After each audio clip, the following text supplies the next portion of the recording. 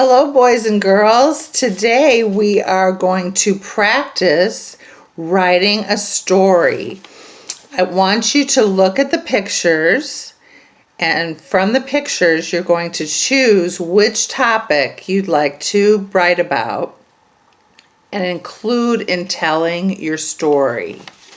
The pictures are going to help your imagination and give you some ideas of how you can describe and tell me the story you want to tell. So we have a couple different pictures you can choose from, and these will give you ideas on what to write down. So you can choose to write about your family. So here's a picture here. As you can see, there's a picture of a mom and a dad, grandmas, grandpas, whoever's in your family. You can explain who's who, what their name is, what they look like, and write about that. You could also talk about maybe a pet that you have. Describe your pet. What does your pet do? What does your pet look like? Is he furry? Is he smooth? Is it a bird? Is it a cat? You can see the pictures of all the animals here you can choose from. Or maybe you don't have a pet and you'd like to have a pet. You could write about any of the animals in the picture. What about all these places here? You can choose from the places in the picture. If it's a beach, mountains, city. Here's another picture that shows holidays. You can choose your favorite holiday. How do you celebrate? Do you wear a costume? What kind of foods do you eat?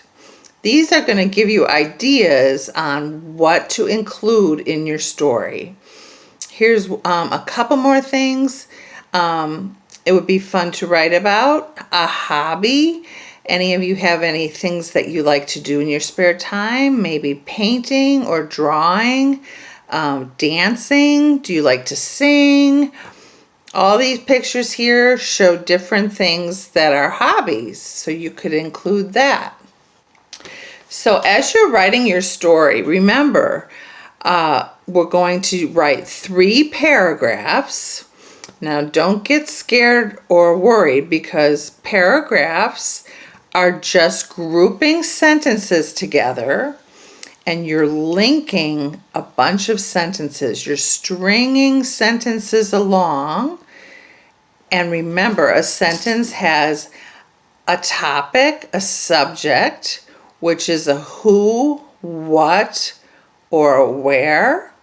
So, for example, the dog, the grandma, my friend Sally, these would be your subject.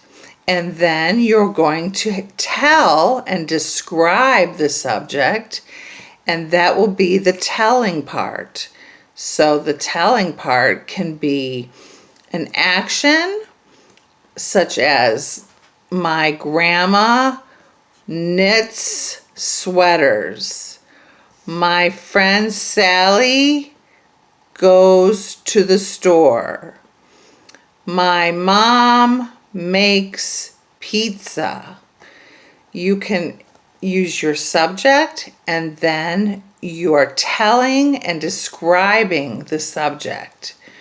So you're going to pick your picture.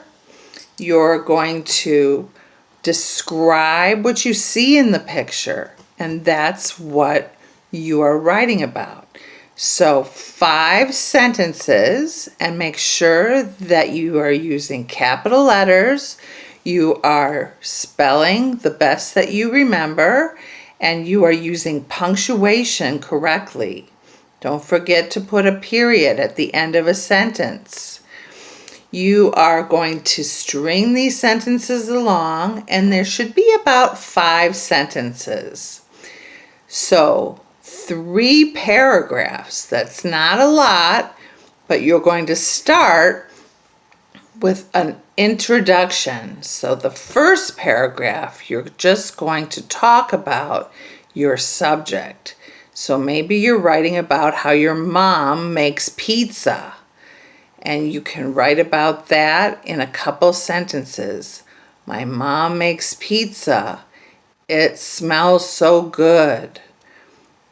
What do you like on your pizza? She uses lots of cheese. I can smell it baking. These are really short sentences that you're stringing along. So that's your first paragraph. Then your second paragraph is going to explain a little bit more. You can start to weave this into a story with your second paragraph. Your second paragraph will include a little more detail about your subject, which is my grandma makes pizza, for example. So let's work this into a story. What happens? When does it happen? Why does it happen? My grandma makes pizza for special occasions. So maybe the second paragraph is your birthday. I hope my grandma makes her pizza for my birthday. The next sentence could be about, I want to have a party for my birthday. Who could you invite? Keep going, keep going. You're stringing along your sentences. And the last paragraph is going to tie everything together. The ending of your story. And this is a short story. It's pretty short if it's just 3 paragraphs. And it's not that hard once you get going. So the last paragraph is going to be tying it all together. We all sat at the table and had the pizza. Boy, oh boy, was it good. And on and on. Maybe the pizza fell on the floor and the dog ate the pizza. So maybe that happens. But at the end of your paragraph, you're wrapping this all up. And you can use short sentences that will let the reader know that you are finished. For example, you can say, after I was done eating, I was so glad my grandma made her pizza. I sure hope she makes it again. Wouldn't you like some? So maybe it's something funny, but a very short sentences strung together, letting the reader know that you are finished telling your story. When you're writing your story, make sure you're describing things so that I or whoever's reading it will be able to picture it in their minds. And that's how you're going to go about doing it, okay?